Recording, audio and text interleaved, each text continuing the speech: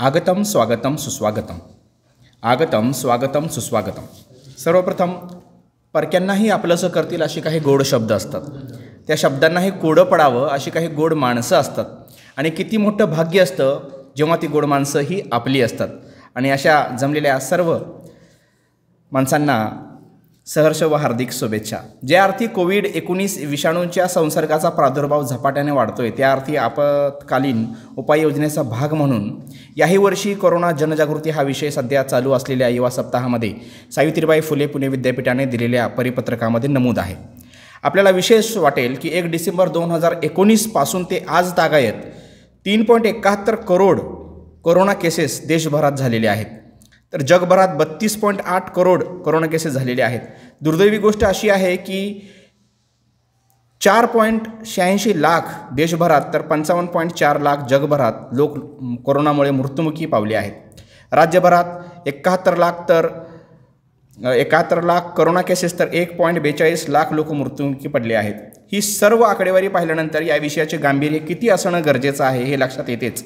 पण यातून मार्ग काढण्यासाठी विविध स्तरावरच्या वेगवेगळ्या उपाययोजना राबविल्या जातात. त्यातीलच एक महत्त्वाचा भाग आहे याबद्दलची जनजागृती. त्यामुळे आजच्या या कोरोना जनजागृती या विषयावर गीत गायन, दृश्यफित सादरीकरण तसेच महत्त्वाचे म्हणजे प्रबोधनपर व्याख्यान होणार आहे. तर या कार्यक्रमाला आवर्जून आपली उपस्थिती दर्शवणारे आमच्या महाविद्यालयाचे प्राचार्य माननीय श्रीयुत विकासजी शिवगजे सर, आजचे प्रमुख वक्ते जे एक लेखक कवी तर आहेच परंतु एक आमच्या महाविद्यालयातील एक विचारवंत म्हणून नावारूपास आलेले इंग्रजी विभागाचे विभाग प्रमुख माननीय श्रीयुत शिवनाथ तक्ते सर आणि हा कार्यक्रम ऑनलाईन आपल्यापर्यंत पोहोचवणारे माननीय श्रीयुत नानासाहेब गुंजाळ सर, रसायनशास्त्र विभागाचे माननीय श्रीयुत नामदेव मोरे सर, त्याच पद्धतीनं क्रीडा संचालक डॉक्टर विक्रम सातपुते सर आणि इतर सर्व हा ऑनलाईन ऑफलाईन पाहणारे कार्यक्रम पाहणारे सर्व शिक्षक वृंद, विद्यार्थी या सर्वांचे मी सहर्ष व हार्दिक स्वागत करतो. तसेच या कार्यक्रमाचे अध्यक्षस्थान आमच्या महाविद्यालयाचे प्राचार्य विकास शिवगजे सर यांनी स्वीकारावं अशी विनंती करून व्यासपीठावरील सर्व मान्यवरांना विनंती करतो की त्यांनी या कार्यक्रमाची सुरुवात दीप प्रज्वलन व प्रतिमा पूजन यांनी करावी.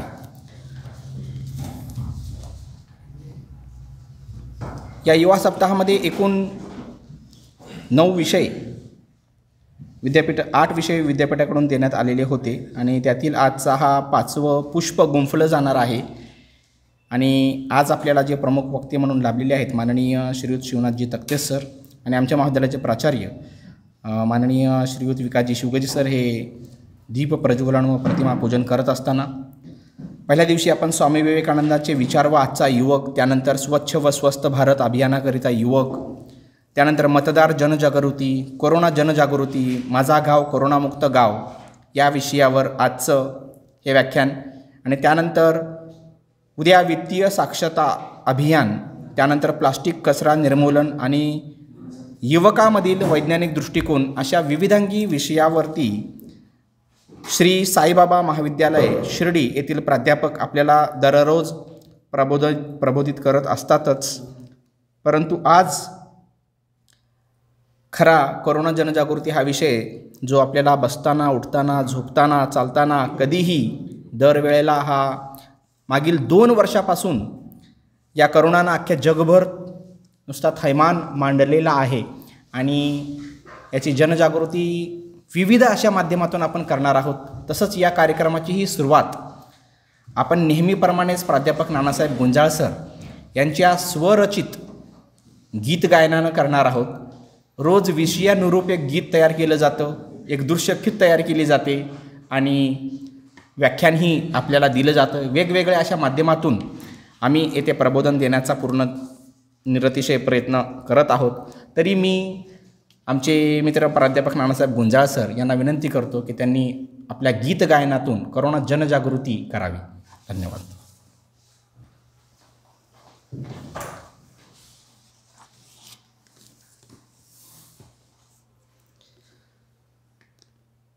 सर्वांना शुभ सायंकाळ आणि आजच्या कार्यक्रमासाठी उपस्थित असलेल्या सर्व मान्यवरांचे पुनश्च एकदा आभार मानून मी आज सर्वांसाठी एक सुंदर असं गाणं स्वयंस्फूर्तीनं तयार केलेलं आहे आणि ज्याची जो शेवटचं जे कडवं आहे ते खास शेख सरांच्या मदतीने मला ते पूर्ण करता आलं आहे.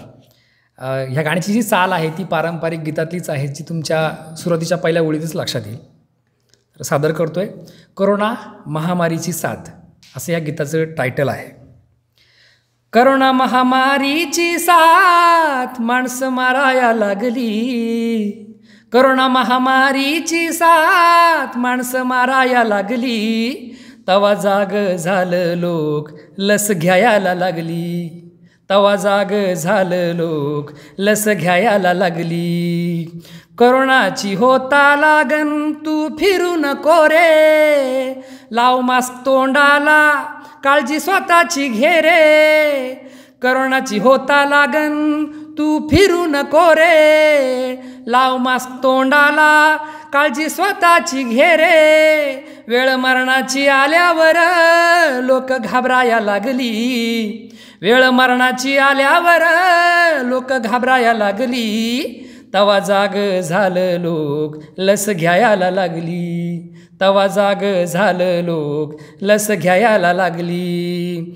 लॉकडाऊन पडला जरी नियम मोडू नको रे, सामाजिक अंतराचे भान तू सोडू नको रे. लॉकडाऊन पडला जरी नियम मोडू नको रे, सामाजिक अंतराचे भान तू सोडू नको रे. लस गावात आल्यावरी तू चुकू नको रे, लस गावात आल्यावरी तू चुकू नको रे. तवा जाग झालं लोक लस घ्यायला लागली, तवा जाग झालं लोक लस घ्यायला लागली. लक्षणे दिसल्यावर गाफील राहू तू नको रे, सिटी स्कॅन RT-PCR लवकर करून घे रे. लक्षणे दिसल्यावर गाफील राहू नको रे, सिटी स्कॅन RT-PCR लवकर करून घे रे. सॅनिटायझरचा तू वापर कर रे, सॅनिटायझरचा तू वापर कर रे. वेळ मरणाची आल्यावर लोक घाबराया लागली, तवा जाग झालं लोक लस घ्यायला लागली. प्रशासनाला तू आडवा जाऊ नको रे, बिनकामाचा तू गर्दीत येऊ नको रे. प्रशासनाला तू आडवा जाऊ नको रे, बिनकामाचा तू गर्दीत येऊ नको रे. चुकीच्या माहितीचा प्रसार करू नको रे, चुकीच्या माहितीचा प्रसार करू नको रे. वेळ मरणाची आल्यावर लोक घाबराया लागली, तवा जाग झालं लोक लस घ्यायला लागली. अल्फा डेल्टा ओमिक्रॉन हे येतच राहतील, आरोग्याशी खेळ तुझा समाज घातक राहील.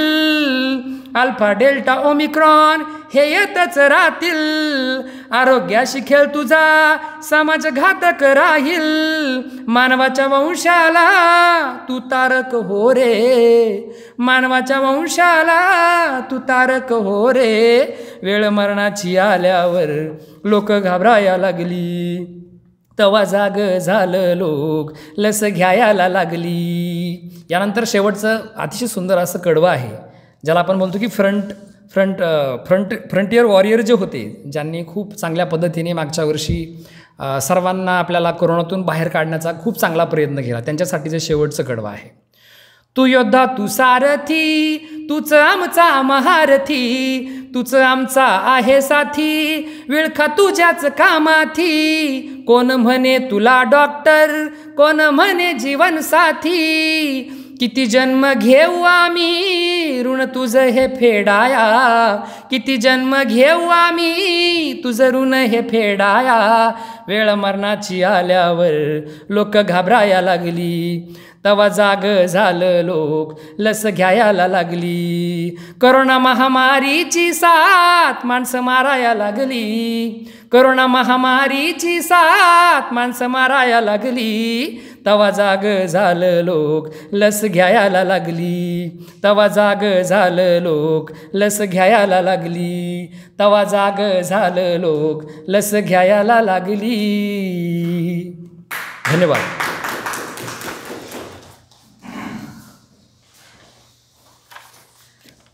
खूपच सुंदर सर. कदाचित प्रथमच गीत गायनातून कोरोना जनजागृतीचा जागर या विषयाचे प्रबोधन महाविद्यालयीन पातळीवर महाराष्ट्रात प्रथमच झाला असेल हा प्रयत्न. कारण सूर, ताल, लय या गाण्यातल्या मूलभूत गोष्टी सांभाळतानाच शब्दांची योग्य जुळवाजुळव करणं हे खरोखरच खूप अवघड आहे. हे जो त्या प्रक्रियेमध्ये आहे त्यालाच माहीत आहे.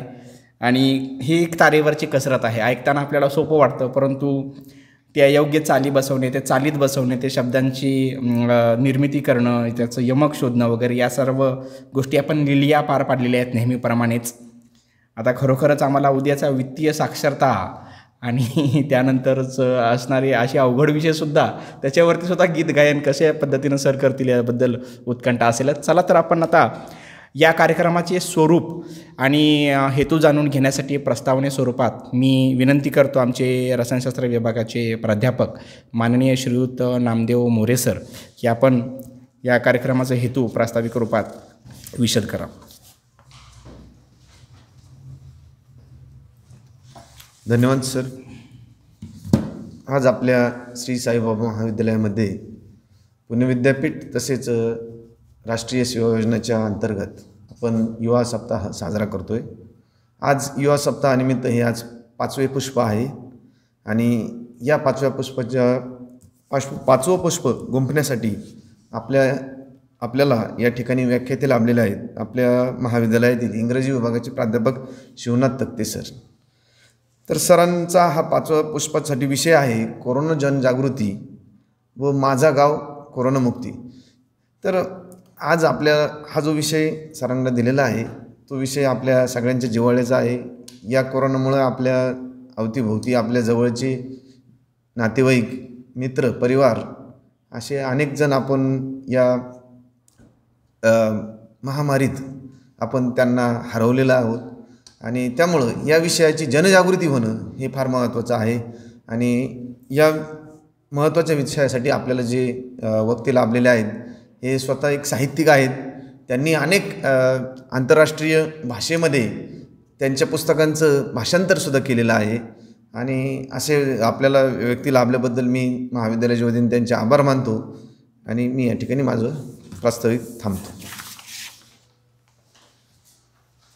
धन्यवाद सर. खूपच सुंदररित्या आणि थोडक्यात आपण कार्यक्रमाचा हेतू, स्वरूप व आजच्या प्रमुख वक्त्याविषयी सांगितलं.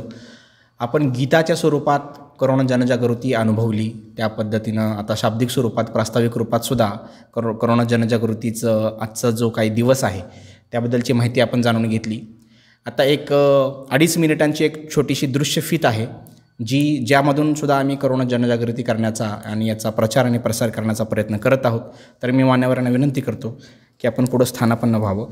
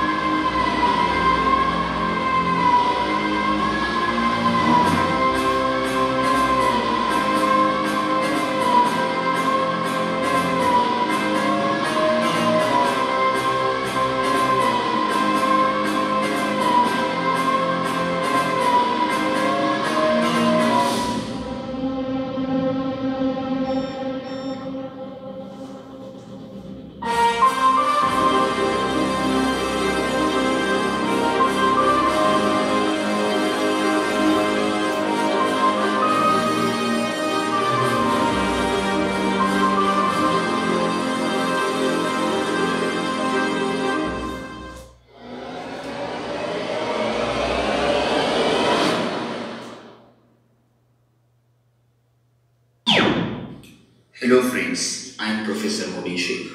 Suppose there are 4 persons, A, B, C and D. So A and Z are friends. If A is corona suspect and he meets C, so A passes by B to meet C. D knows it and he distances himself. A got hospitalized and C got quarantined. D stays at home and becomes safe. A goes to ICU and unfortunately dies. C remains in quarantine state. So now we are in search of that B who is in incubation period and hidden suspect. So as to make us beware from B and preventing us from becoming future A, B and C, we have been made D who stayed at home and stayed safe. So please stay home and stay safe, and please watch now this e-sketch created by me.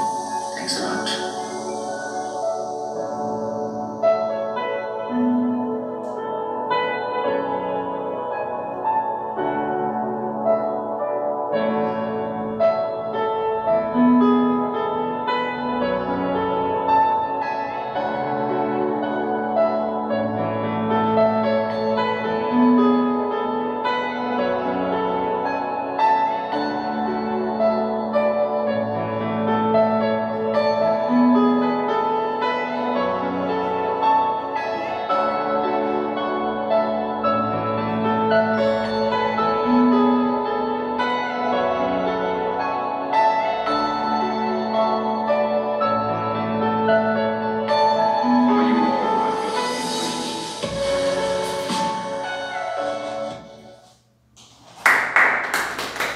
धन्यवाद sir. मान्यवरांना विनंती करतो की त्यांनी पुढं स्थानापन्न व्हावं. यानंतर आपल्याबरोबर जे आजचे प्रमुख वक्ते संबोधन आपल्याला देणार आहेत, कोणत्याही विषयाचं पृथक्करण करत त्या विषयाचे सर्व धागेदोरे, त्या विषयाचे सर्व कंगोरे खूपच चांगल्या पद्धतीनं ते अधोरेखित करतात. आमच्या महाविद्यालयामध्ये ते एक लेखक, एक कवी, एक विचारवंत आणि एक खूपच अभ्यासू व्यक्तिमत्व म्हणून ते आमच्यामध्ये परिचित आहेत. तर असे असणारे इंग्रजी विभाग प्रमुख माननीय श्रीयुत शिवनाथजी तक्ते सर उर्फ आश्विकर सर यांना मी विनंती करतो की त्यांनी यावं आणि कोरोना जनजागृतीविषयी आम्हाला सर्वांना संबोधित करावं. धन्यवाद.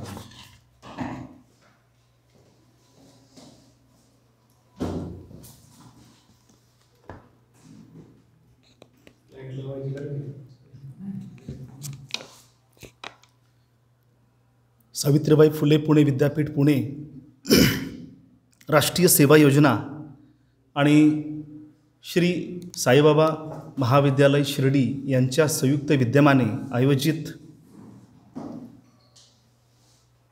स्वामी विवेकानंद यांच्या जयंतीनिमित्त युवा सप्ताह आणि ह्या युवा सप्ताहाअंतर्गत जी साप्ताहिक स्वरूपातील व्याख्यानमाला आयोजित करण्यात आली त्याबद्दल मी आयोजकांचे आणि संयोजकांचे प्रथमतः अभिनंदन करतो. आणि जे विद्यापीठाने आणि NSS सेलने जे विषय या अंतर्गत दिलेले आहेत त्या विषयांची जी प्रासंगिकता आहे ती लक्षात घेता ह्या विषयांची खरंच अशा व्याख्यानमालेतून लोकांपर्यंत जनजागृती होण्यासाठी आवश्यकता आहे. या अगोदर 4 पुष्प गुंफली गेलेली असून आजचं हे 5वं पुष्प गुंफले जात आहे. या निमित्ताने विशेष आनंद होत आहे. स्वामी विवेकानंदांचे विचार व आजचा युवक तसेच स्वच्छ व स्वस्थ भारत अभियानाकरता युवकांची बदलती मानसिकता आणि मतदार जनजागृती या वेगवेगळ्या अँगल्सनी या अगोदर व्याख्यानं झालेले आहेत. आणि आज मला जो विषय या ठिकाणी देण्यात आलेला आहे तो कोरोना जनजागृती, माझा गाव कोरोनामुक्त गाव. आणि या अगोदर जे गाण्याच्या माध्यमातून, गीताच्या माध्यमातून जी जनजागृती झाली ते केवळ लाजवाब आहे.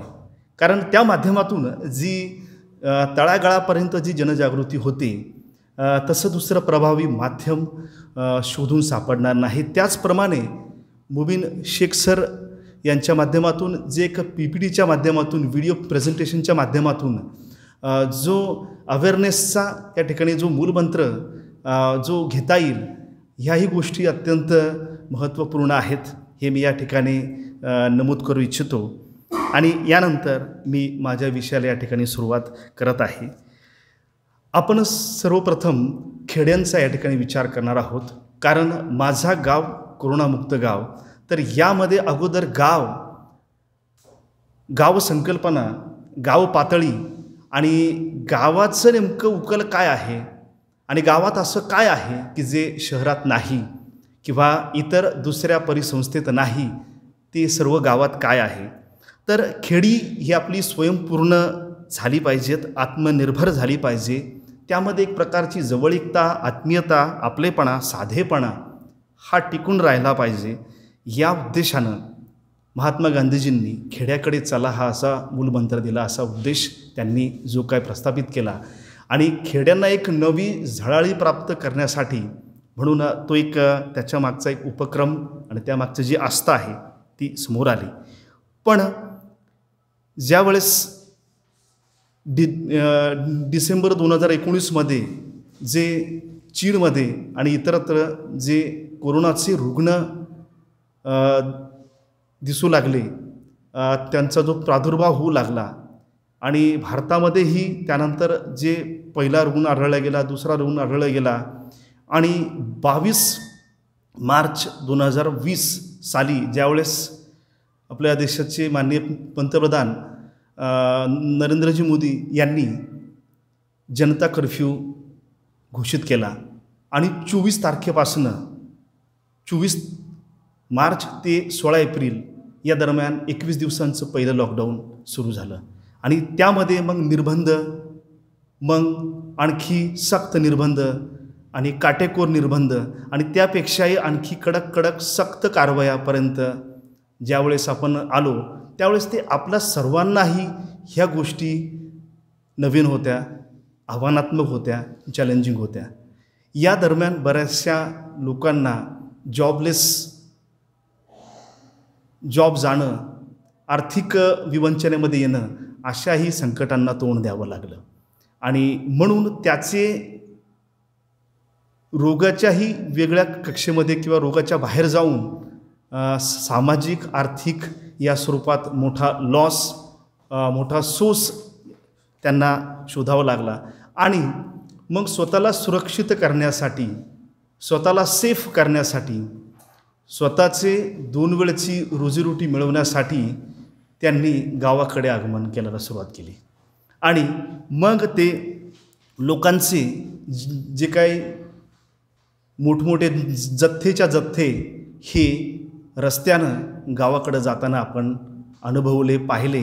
आणि त्या आशयावरती आधारित की हे जे विस्कटले पण कोणत्या पातळीचं आहे, यातलं जे बोचणारं किंवा जाणवणारं, टोचणारं असं जे वास्तव आहे ते कोणत्या पातळीचं होतं, तर याची झळ किंवा याची आपणास सर्वांनाच जाणीव होती. आणि त्यातून काही गोष्टी जे टाळेबंदी, जमावबंदी आणि संचारबंदी की याला आपण पूर्णपणे त्यावेळेस तयार नव्हतो, आपण त्यासाठी रेडी नव्हतो. आणि त्यामधून काही चुकीच्याही गोष्टी की ज्या घडू नयेत अशाही काही घडून गेल्या, पण त्याची सल काय मनात राहिली. आणि त्यावेळेस एक माझं संवेदनशील मन म्हणून मी त्या मुद्द्यावर किंवा त्या विषयावरती एक काव्य स्वरूपात माझी एक रचना, जी फेसबुकला एक सन्माननीय ग्रुप कवितेचं म्हणून आहे, त्यावरती मी शेअर केली होती. तर त्यांनी प्रसिद्धी दिली होती.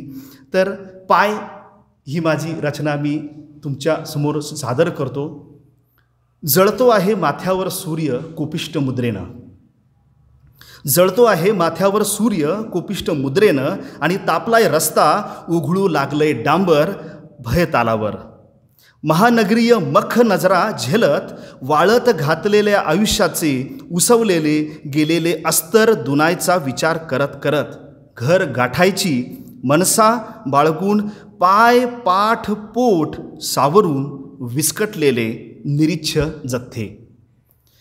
स्थिर स्थावर रस्ते आणि चौक मध्यावर अशांत प्रहरी जनजीवन विस्कळीत, पण वाहतो आहे रस्ता आतून अदृश्य, वाहतो आहे रस्ता आतून अदृश्य. तरीही नजरेत न भरणारं दुर्लक्षित अन अंतकरण पिळवटू न शकणारं दृश्य. पूर्णपणे विकसित न झालेले इवले इवले पाय चालू लागलेत धडपडत संबंध आयुष्याचा कुळसा झालेल्या भेगाळ पावलांच्या पाठोपाठ. काही रस्त्यालगतच आश्रयस्थळांचा मागमूस घेत तर काही मार्गस्थ इंजिनाच्या टप्प्यात आपल्या अस्तित्वाचा चिखल होऊन निद्रिस्त निपचित सुन्न स्थल कालहीन. पाठमोऱ्या आकृत्यांचा एकसारखा पाठलाग करणाऱ्या भयकंपग्रस्त सावल्या हलतायत चहूबाजूंनी अन जठराग्नी चेकळून उठलाय आता. पण दशम्या तर केव्हाच संपल्या. दशम्या तर केव्हाच संपल्या. मग पाण्याचा एक घोट घोट शोधणाऱ्या बोथट नजरा, दार बंद, आतून कड्या आणि मालिकांच्या शीर्षक गीतांचा धुमाकूळ. पुन्हा नजर अनाठाई रस्त्यावर एक एक पाऊल टाकत आपलं गाव जवळ करणाऱ्या ओसाड माणुसकीच्या प्रदेशातून पायपीट करणाऱ्या महामार्गी पाणवलेल्या नजरा आणि कोरड्या घशाला समजावत आवंढा गिळत मार्गस्थ हातावर पोट आणि पृथ्वी टिकवणाऱ्या हाडा मासांच्या पिढ्या. तर असा एक जळजळीत आशय त्या माध्यमातून मला मांडता आला. त्याची तीव्रता तेवढी जास्त होती आणि म्हणून ते तेवढ्या तीव्रतेनं आलं. हे जरी असलं, हे कशामुळे आलं तर आपली सर्वच बाबतीत असलेली जी काही प्रिपेअर्डनेस असणं, आपण त्यासाठी सज्ज असणं, तयार असणं, आपली तयारी नसणं, याचे हे दुष्परिणाम मानता येईल. जर आपण ते मनापासून त्यासाठी सज्ज असतो, अलर्ट असतो, आता ह्या अलर्टनेससाठी आणि गावाकडे परतणं ही त्यावेळची एक सुरक्षितता, एक सुरक्षेचा उपाय किंवा आपण स्वतःला सेफ करून घ्यायचं आणि आपल्याला इतर विवंचना असू नये, तर त्यासाठी तो एक निवडलेला मार्ग होता. आणि म्हणून त्या माध्यमातून कोविड आणि आपण या अर्थाने या ठिकाणी स्वयंसेवक आणि हे सर्व जे आहे ते आपल्या NSS स्वयंसेवकांना उद्देशून होतं की इथे आपली काय आणि कोणत्या स्वरूपाची जबाबदारी येते. आपण सामाजिक पातळीवरती याला आपलं एक स्वतःचे कर्तव्य म्हणून कसं आपण बघतो याच्याकडे, हा एक विचार या माध्यमातून उपस्थित मी करण्याचा प्रयत्न करतो आहे की माणसाला कोणत्याही परिस्थितीमध्ये निदान जगता यावं, हा माणसाचा काय असतो, एक उद्देश असतो. मॅन्स सर्च फॉर मिनिंग हे विक्टर फ्रँकल यांचं एक जे बुक आहे, तर त्यामध्ये अर्थाचा शोधात ह्याचा मराठी अनुवाद आहे. विक्टर फ्रँकल यांचं बुक आहे. तर त्यात त्यांनी असंच एक जे विधान त्या ठिकाणी मांडलेलं आहे की ज्या जीव म्हणजे जर्मनीमधील ज्या छळ छावण्या ज्या होत्या, कॉन्सन्ट्रेशन कॅम्प्स जे होते, तर त्याच्या माध्यमातून जो काही आतूनात छळ झाला, तर त्याच्यावरती जो परिणाम झाला, त्याचा जो काही त्यांनी एक आकलन केलं, त्यातून त्याचं एक वाक्य असं होतं की कोणत्याही परिस्थितीमध्ये माणसाला जगायला मिळणं हे कधीही चांगलंच असतं.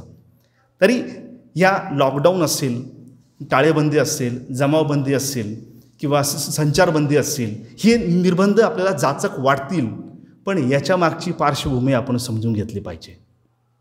इवन श्री साईबाबांचं जे गुरुचरित्र जे लिहिलेलं आहे आणि त्यातला जो पहिला अध्याय आहे, दाभोळकरांनी जो काही तो त्यात जे लिहिलं आहे आणि त्याचा पहिला जो अध्याय आहे, मुळात याची सुरुवात कशाने होते की जे सद्गुरू साईबाबा त्यामध्ये दळण दळतायत, गहू दळतायत, पीठ त्या ठिकाणी करतायत आणि हे करताना त्यांच्या चेहऱ्यावरचे हावभाव किंवा त्यांचं बोलणं हे अत्यंत असं एखाद्याशी हुज्जत घालतोय, एखाद्याशी खूप रागवून बोलतोय, चीड आहे त्यांच्या मनामध्ये, कशावर तरी राग आहे, हे त्याच्यातून दिसून येतं. समोरच्याला त्याचा अर्थ कळत नाही. आणि त्यांनी जे काय ते पीठ केल्यानंतर इतरांनी, ज्या महिलांनी ज्यावेळेस त्या घरी घेऊन जायला लागल्या, ते सांगितलं की तुमच्या बापाचा माल नाही हे काय तुमच्या घरी देण्यासाठी नाही आहे, तर हे घेऊन जा आणि गावाच्या विशीवरती ते पेरा किंवा विशीवरती टाका, तुमच्या बॉर्डर्स पहिल्यांदा सील करा. या बॉर्डर्स सील करणं म्हणजे काय, आपल्याला त्या आपल्या बंधनाची जाणीव असणं, त्या बंधनाचं आपल्याला योग्य आकलन असणं. आणि हे त्यावेळेस ते जो काही पॅन्डेमिक जी महामारी आहे त्या संदर्भात जे त्यांनी त्यावेळेस सांगितलं असं ठणकावून सांगणं आणि त्या सगळ्या प्रकारचं जे काही रिस्ट्रिक्शन्स आहेत, जी बंधनं आहेत, जे निर्बंध आहेत, त्या निर्बंधाचं आपण आदर सन्मान केला पाहिजे. ज्यावेळेस आपल्याला आपल्या जीविताची भीती असते, ज्यावेळेस आपल्याला आपल्या असुरक्षिततेबद्दल आपल्याला भीती असते, त्यावेळेसच आपण काय होतो, ते लस घ्यायला सुरुवात करतो. ज्यावेळेस आपण पाहिले डोळा मरण, ज्यावेळेस अशी परिस्थिती येते त्यावेळेस आपल्याला कुठे आपण स्वतःला वाचवण्यासाठी, सुरक्षित करण्यासाठी म्हणून लसीकरणाचा मार्ग अवलंबला. आणि लसीकरण ही अत्यंत चांगल्या प्रकारे आपल्या भारतामध्ये घडून आलेलं आहे. काहींचे 2 डोस पूर्ण झालेत, काहींचा 1 डोस पूर्ण झाला असेल आणि अजूनही लसीकरण चालू आहे. 150 कोटी हा टप्पा पूर्ण झालेला आहे. आणि निश्चितच आपल्या संसाधनांचा विचार केला, ग्रामीण भागातील संसाधनांचा विचार केला तर 150 कोटीचा टप्पा ही खरंच म्हणजे प्रशंसनीय असंच आपण म्हणू शकलो पाहिजे. आणि म्हणून जे काय निबंध आहेत याच्यामध्ये असलेले आपल्याला गाव पातळीवरती किंवा इतर कोणत्याही पातळीवरती कोरोनाचा आपल्याला सामना करायचा आहे. याचे इतर जे व्हेरियंट्स आहेत, जे डेल्टा असेल, बीटा असेल, गॅमा असेल आणि त्याच्यानंतर ओमायक्रॉन, हे जे काय नवीन त्याच्यामध्ये व्हेरिएशन्स, म्युटंट्स जे येत आहेत, तर याचासुद्धा आपल्याला सामना करता यावा म्हणून आपण मास्क हे वापरणं कंपल्सरीच आहे. ते आपण वापरलंच पाहिजे. आपण सॅनिटायझरचा वापर व्यवस्थितरित्या केला पाहिजे आणि वारंवार आपण ते हात आपले स्वच्छ केले पाहिजे. इतरांशी शक्यतो शारीरिक संपर्क जेवढे टाळता येईल तेवढं आपण टाळलं पाहिजे. आणि सामाजिक अंतर न म्हणता त्याला शारीरिक स्वरूपाचं जे अंतर आहे, कारण सोशल डिस्टन्सिंगचा जर अर्थ आपण तसा म्हणला तर तो एक प्रकारचा वेगळ्या पातळीवरती जातो, त्याचा कॉन्टेक्स्ट वेगळा होतो. त्याला आपण फिजिकल डिस्टन्स किंवा जे शारीरिक स्वरूपाचं आपलं 1 मीटरचं अंतर किमान आपलं असलं पाहिजे. हे तर आपण काटेकोरपणे पाळलंच पाहिजे. जर आपल्याला आपला जीव वाचवायचा असेल आणि त्याचबरोबर इतरांचाही जीव वाचवायचा आहे, नॉट मी बट यू, त्यामुळे आपण स्वतःचाच नाही विचार करायचा, आपल्यापासून इतरांपर्यंत त्याचं संक्रमण रोखायचं असेल तर आपल्याला हे काटेकोरपणे पाळलं पाहिजे. आणि नव्हे तर आपल्या स्वयंसेवकांनी हे एक व्रत म्हणून आचरलं पाहिजे की इतरांपर्यंतची आपण वेगवेगळ्या माध्यमातून जनजागृती केली पाहिजे. जसे की गाण्याच्या माध्यमातून, जसं की आपल्या व्हिडिओच्या माध्यमातून, तसंच आपण घोषवाक्य, आपण कवितांच्या माध्यमातून, मीम्सच्या माध्यमातून, किती पॉप्युलर अशा स्वरूपाचे काही व्हिडिओचा किंवा आपल्या पोस्टरचा आधार आपण घेऊ शकतो. जे पॉप्युलर फिल्म्स असतील, RRR नावाची फिल्म असेल किंवा पुष्पा नावाची फिल्म असेल, सध्या अत्यंत पॉप्युलर आहे. त्या पोस्टरचा किंवा त्या व्हिडिओचा काही आधार घेऊन चांगले उपक्रमशील आणि असे सर्जनशील आपण असे मीम्स तयार करू शकतो, ज्याद्वारे आपल्याला कोरोना संदर्भात काय करता येईल, जनजागृती करता येईल. हे विद्यार्थी नक्कीच करू शकतात. कारण एक समाज माध्यमाचं, प्रसार माध्यमाचं जे महत्त्व आहे ते त्यांनी जाणलेलं आहे आणि त्या माध्यमातून एक चांगल्या प्रकारचा विचार रुजला जाऊ शकतो आणि त्यानंतरच त्याद्वारेच आपण समाजाची खऱ्या अर्थाने आपण विस्कटलेली घडी बसवू शकतो. आता इथून पुढचं जे आपलं प्रयोजन असणार आहे किंवा इथून पुढचं जे आपलं आयुष्य असणार आहे, हे कोरोनाबरोबरच आपलं आयुष्य असणार आहे. विथ कोरोना आपण त्याच्याशी सामना करायचा आहे, पण तो आपल्याबरोबरच असणार आहे. आणि हे त्याच्याबरोबर राहणं म्हणजे कसं की घाव तर करायचं पण रक्त येऊ द्यायचं नाही. हे विल्यम शेक्सपियरच्या नाटकातील जे काही वाक्य आहे त्या स्वरूपाचं आहे. म्हणजे राहायचं त्याच्याबरोबर, पण तरीही कसं त्याच्याशी मिळतं जुळतं करून घेणं आणि त्याच्यापासून स्वतःला काही कोणत्या प्रकारची इजा होऊ देणं नाही, अशा स्वरूपाचं. म्हणून हे सर्व प्रकारचे सेफ्टी मेजर्स आपल्याला वेगवेगळ्या माध्यमातून वेगवेगळ्या पातळ्यांवरती आपण घेणं हे अत्यंत गरजेचं, अत्यंत महत्त्वाचं आहे. आणि प्रश्नांची जी उकल आहे, आपलं जे प्रॉब्लेम्स आहे, ही जे गाठण जे आहे, तर ही आतूनच उकलावी लागते. गाठ बाहेरून उकलत नाही. ही गाठ आपल्याला आतूनच त्या प्रश्नांना आपल्याला सोडवावं लागतं.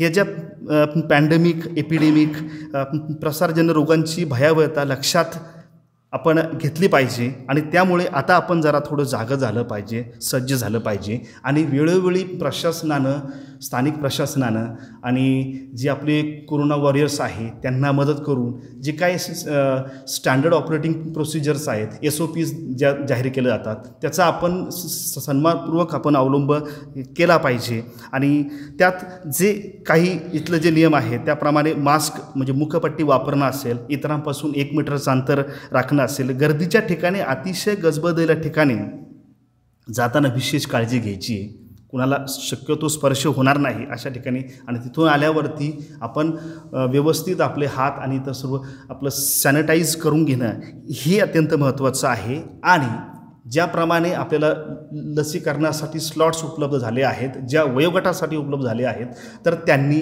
आपलं स्वलसीकरण पहिल्यांदा करून घ्यायचं आहे आणि ज्यांचं लसीकरण झालं आहे, ज्यांचं बाकी आहे त्यांचंही लसीकरण करण्यासाठी त्यांना उद्युक्त आपण करायला पाहिजे आणि त्याचबरोबर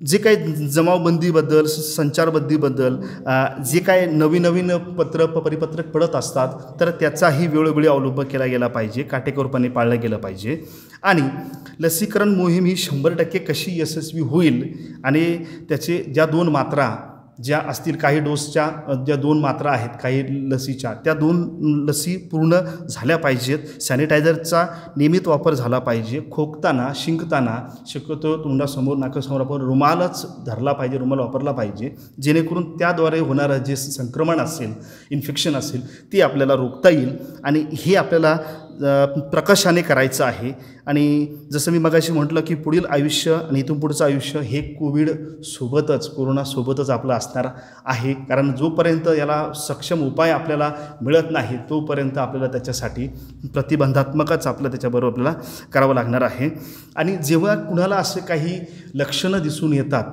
तर त्या लक्षणामध्ये आपल्यालाही सर्वांना माहिती आहे आणि ऑनलाईन बघणारे आपले जे काही श्रोते आहेत, आपले विद्यार्थी आहेत यांनाही माहिती आहे, पण तरी पुन्हा ते सर्वांपर्यंत पोहोचवण्यासाठी आपल्याला माहिती असणं गरजेचं आहे. श्वसनास जर काही त्रास होत असेल, आपल्याला ताप येत असेल आणि घसा जर प्रमाणापेक्षा जास्त खवखवत असेल, घशामध्ये जर त्रास होत असेल, अशक्तपणा वाटत असेल, गरगरल्यासारखं मळमळल्यासारखं होत असेल, अशा जर काही लक्षणं तुमच्या लक्षात येत असेल इतरांच्या किंवा आपल्या स्वतःबद्दल, तर त्याच्याबद्दलचे ते RT-PCR आणि इतर ज्या टेस्ट्स आहेत त्या टेस्ट आपण करून घेतल्या पाहिजेत. कोरोना आता संपला आहे, आता कोरोना गेला आहे, गो कोरोना असं नाही आहे, अजूनही कोरोना आहे आणि त्याची वास्तविकता, त्याची भयावहता आपण समजून घेतली पाहिजे. आपण इतकंही त्याला हलक्यात घेऊ शकत नाही तर ते आपल्याला अत्यंत महागात पडेल. त्यामुळे आपण या सर्व बाबींचा विचार गाव पातळीवरती आणि त्यातल्या त्यात सर्वात महत्त्वाचं महाराष्ट्र सरकारने माननीय मुख्यमंत्री यांनी जो एक उपक्रम जो दिलेला होता की माझे कुटुंब माझी जबाबदारी, म्हणजे हे आपल्या लेव्हलला येतं आहे. आपण आधी आपलं घर सुरक्षित केलं तर आपण इतरांना सांगू शकतो. त्यामुळे आपण आपल्या लेवलला आधी ते मेसेजेस आपण करणं, त्याचा अवलंब करणं आणि हे ज्यावेळेस आपण करू त्यावेळेस लोकांच्या मनातील यातील भीती आपल्याला दूर करता येईल. कोविडबद्दलच्या भ्रामक कल्पना ज्या असतील, मिथ्स ज्या असतील, गैरसमज असतील ते दूर करण्यामध्ये सरकार, शासन, लोकप्रतिनिधी, डॉक्टर्स या सर्वांना मदत करणं, त्यांचं कार्य पुढे चालवणं याच्यासाठी आपल्या NSS स्वयंसेवकांना मी आवाहन करतो की आपण याच्यामध्ये सक्रिय सहभाग घ्यावा. आपल्या सर्वांच्या सहभागातून आपण कोरोनाबरोबरची ही जी लढाई आहे ती निश्चितच आपण जिंकणार आहोत. We shall really overcome this corona pandemic आणि हा आपल्याला विश्वास वाटतो. ह्या सकारात्मक नोटवरती मी या ठिकाणी थांबतो. मला बोलण्याची जी आपण संधी दिली त्याबद्दल मी आपल्या संयोजन कमिटी, आजच्या आपल्या ह्या व्याख्यान पुष्पाचे माननीय अध्यक्ष माननीय विकासजी शिवगेजे सर, सर्व प्राध्यापक वृंद, NSSचे कार्यक्रम अधिकारी डॉक्टर संतोषजी अवताडे सर आणि इतर आपले सर्व सहकारी यांचे मी या ठिकाणी आभार मानतो आणि थांबतो. धन्यवाद.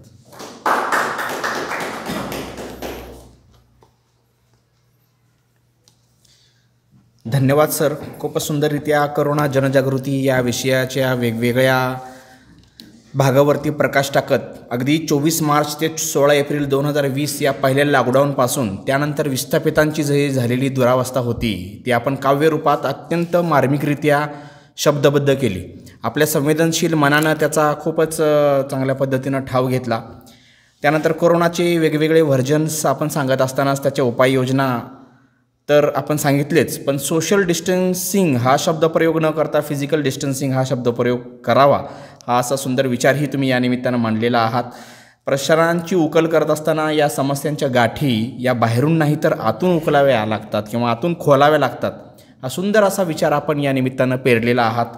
लसीकरणांची मोहीम अजून मजबूत करून हर्ड इम्युनिटी साधत असतानाच कोरोनाबरोबर जगण्याची तयारीही दर्शवा असा एक तुम्ही संदेश यामध्ये दिलेला आहे. वैयक्तिक पातळीवर जर प्रत्येकाने याच्या उपाययोजनांची अंमलबजावणी जर केली तर हे युद्ध जिंकणं सोपं आहे असा सुंदर असा विचार आपण आम्हाला दिलेला आहात. तसेच सर्व विद्यार्थ्यांना आणि ऑनलाईन हा कार्यक्रम पाहणाऱ्यांना सक्रिय सहभाग नोंदवून आपण याविषयी सहकार्य करण्याविषयीबद्दलही सुद्धा सूचित केलेलं आहे. थोडक्यात परंतु सर्व जवळजवळ विषयावरती आपण प्रकाश यामध्ये टाकलेला आहात. परंतु यावरचा शेवटचा जो एक क्लायमॅक्स स्पॉट ज्याला आपण म्हणतो अध्यक्षीय भाषणाच्या स्वरूपात होणार आहे, तरी मी आमचे महाविद्यालयाचे प्राचार्य आणि आजच्या कार्यक्रमाचे अध्यक्ष माननीय श्रीयुत विकासजी शिवगजी सर यांना विनंती करतो की त्यांनी आम्हाला या विषयावर मार्गदर्शन करावं.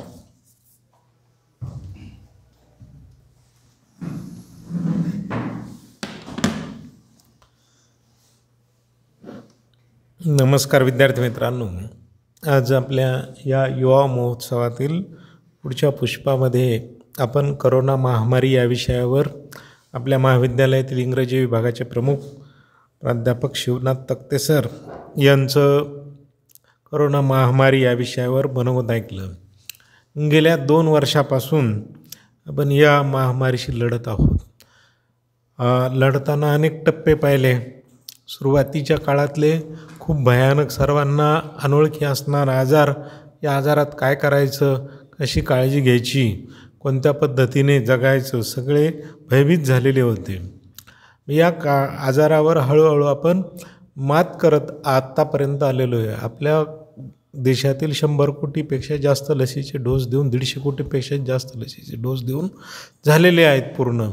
आणि आता आपल्या देशात 15 ते 18 या वयोगटासाठी लस आपण द्यायचं सुरू केलेलं आहे. त्याचप्रमाणे ज्येष्ठ नागरिकांना 65 वर्षापुढील 60 वर्षापुढील ज्येष्ठ नागरिकांना लसचा 3रा डोस म्हणजे बूस्टर डोस देण्याची कार्यवाही सुरू झालेली आहे. फ्रंटलाईन वर्कर आणि ज्येष्ठ नागरिक यांच्यासाठी ही सुविधा सुरू झालेली आहे. तर पूर्वीचा सुरुवातीचा काळ आठवला की आपल्या अंगावर शहारे येतात की आपण काय केलं, कशा पद्धतीने हे प्रकार घडत गेला. आपल्याला माहिती आहे की एक दिल्लीच्या गुडगाववरून एक मुलगी, ज्योती पासवान नावाची मुलगी, आपल्या वडिलांना सायकलवर बसवून बिहारमधल्या दरभंग्याला गेली. म्हणजे ती एक खूप वेगळी घटना होती. लाखो करोडो मजदूर पायी गेले. तर या ज्योती पासवानने तिच्या वडिलांना सायकलवर दिल्ली ते दरभंगा हे अंतर स्वतः सायकल चालून नेलं. तिच्याविषयी एक कविता आहे. या कवितेचं मी वाचन करतो. सुभाष राय यांनी एक ती लिहिलेली कविता की मुलीचं नाव आहे ज्योती पासवान. म्हणून तिला उद्देशून, ज्योती बेटी वे तुम्हें साइकिलिंग का मौका देना चाहते हैं. ज्योति बेटी वे तुम्हें साइकिलिंग का मौका देना चाहते हैं, लेकिन अभी उन्हें भरोसा नहीं है तुम्हारे साहस पर, तुम्हारे इरादे पर. वे तुम्हारी परीक्षा लेंगे. वे आम बच्चों को मौका नहीं देते. तुम भी आम होती, पिता की निरुपायता पर रोती और रोते रोते मर जाती तो उन्हें कोई फर्क नहीं पड़ता. ज्योति वे साइकिलिंग का मौका देना चाहते. आता याच अर्थाची एक संजय कुंदन यांनी गावाकडे जाणाऱ्या मजुरांवर ना उद्देशून किंवा मजुरांच्या मनोगताची एक हिंदी कविता ती लिहिलेली आहे. जैसे आए थे वैसे ही जा रहे हम, जैसे आए थे वैसे ही जा रहे हैं, यही 2-4 पोटलियाँ साथ तब भी थी, आज भी है और यह देह, लेकिन अब आत्मा पर खरोंचे कितनी बड़ी, कौन देखता है, कोई रोकता तो रुक भी जाते, बस दिखलावा आँख में थोड़ा पानी, इतना ही कहता यह शहर तुम्हारा भी होता.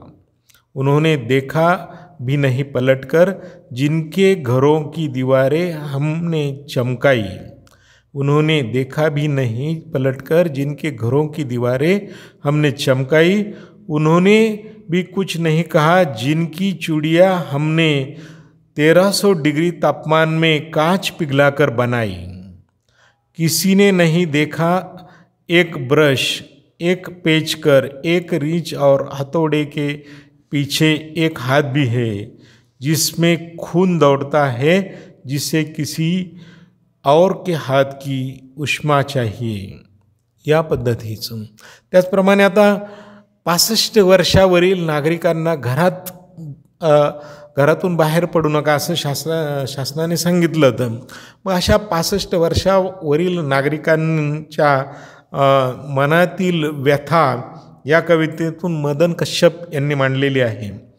अपने ही घर में कुछ इस तरह छिप गया हूँ, अपने ही घर में कुछ इस तरह छिप गया हूँ कि डर कर भी डरा हुआ नहीं हूँ. हो तो गया था पर 1 साल बाद अब जाकर हुआ.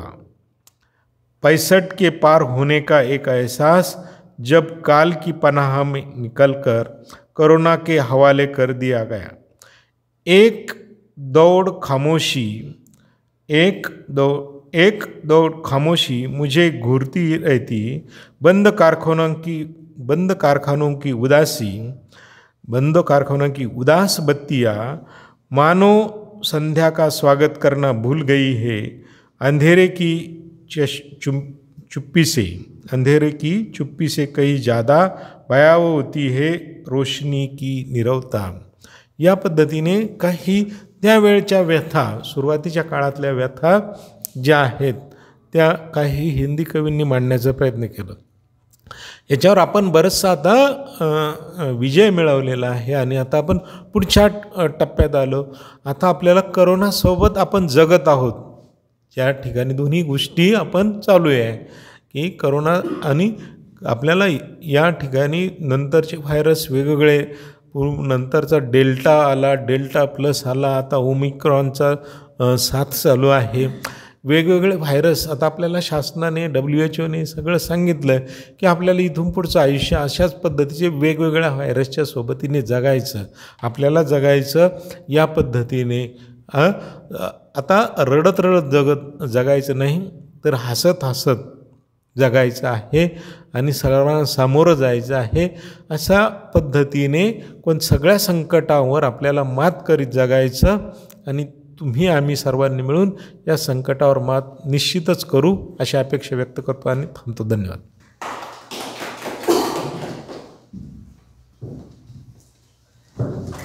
धन्यवाद सर. अत्यंत हृदयद्रावक विदारक अशी परिस्थिती सांगत असताना हिंदी काव्यातून आपण खूप चांगल्या पद्धतीनं करोना जनजागृती या विषयाला न्याय देत आपण एक आपलं अध्यक्ष भाषण इथं केलं. शेवटी जाताना एक सुंदर असा विचारसुद्धा दिला की सांगा अहो कसं जगायचं, सांगा अहो कसं जगायचं, कणहत कणहत की गाणं म्हणत ते तुम्हीच ठरवा. पेला अर्धा भरला आहे असंही म्हणता येतं, पेला अर्धा सरला आहे असंही म्हणता येतं. मग भरला आहे म्हणायचं का सरला आहे म्हणायचं ते तुम्हीच ठरवा. सांगा अहो कसं जगायचं.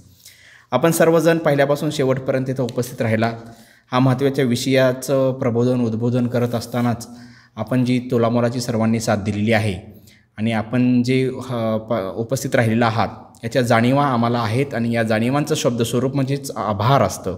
आणि असंच आभार प्रदर्शन करण्यासाठी आमच्या महाविद्यालयाचे क्रीडा संचालक डॉक्टर विक्रम सातपुते सर यांना मी विनंती करतो की त्यांनी व्यासपीठावरती यावं आणि आभार प्रदर्शन करावं.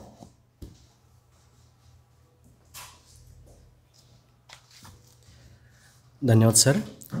राजमाता जिजाऊ स्वामी विवेकानंद यांची जयंती आणि युवा दिनानिमित्त आयोजित युवा सप्ताह या कार्यक्रमाच्या 5व्या दिवसाचे पुष्प गुंफणारे आपल्या श्री साईबाबा महाविद्यालयाचे इंग्रजी विभागाचे श्री प्राध्यापक शिवनाथ तक्ते सर यांनी कोरोना जनजागृतीविषयी जे बहुमूल्य असे मार्गदर्शन केले त्याबद्दल त्यांचे मी महाविद्यालयाच्या वतीने या ठिकाणी आभार व्यक्त करतो. तसेच आजच्या या कार्यक्रमाचे अध्यक्षीय स्थान भूषविणारे महाविद्यालयाचे प्राचार्य शिवगजे सर यांनीही कोरोना जनजागृतीविषयी जे बहुमूल्य असे मार्गदर्शन केले त्यांचेही मी या ठिकाणी आभार व्यक्त करतो.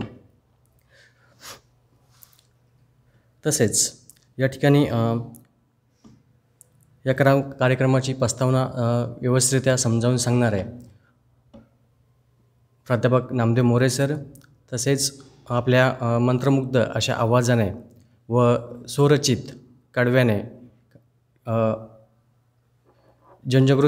कोरोना जनजागृतीविषयी जो जागर त्यांनी व्यवस्थित कडव्यांच्या माध्यमातून समजावून सांगितलं असे प्राध्यापक नानासाहेब गुंजाळ सर, तसेच या कार्यक्रमाचे सूत्रसंचालन करणारे मोमीन शेख सर, तसेच उपस्थित सर्व प्राध्यापक व ज्यांनी हा कार्यक्रम आयोजित करण्याची संधी दिली असे राष्ट्रीय सेवा योजनेचे कार्यक्रम अधिकारी प्राध्यापक संतोष आवताडे सर, सर्व विद्यार्थी आणि ऑनलाईन ऑफलाईन असे या कार्यक्रमाची ज्यांनी अनुभूती घेतली असे सर्व श्रोते यांचेही मी या ठिकाणी आभार व्यक्त करतो आणि प्राचार्यांच्या अध्यक्षीय यांच्या वतीने आजचा कार्यक्रम संपला असे जाहीर करतो.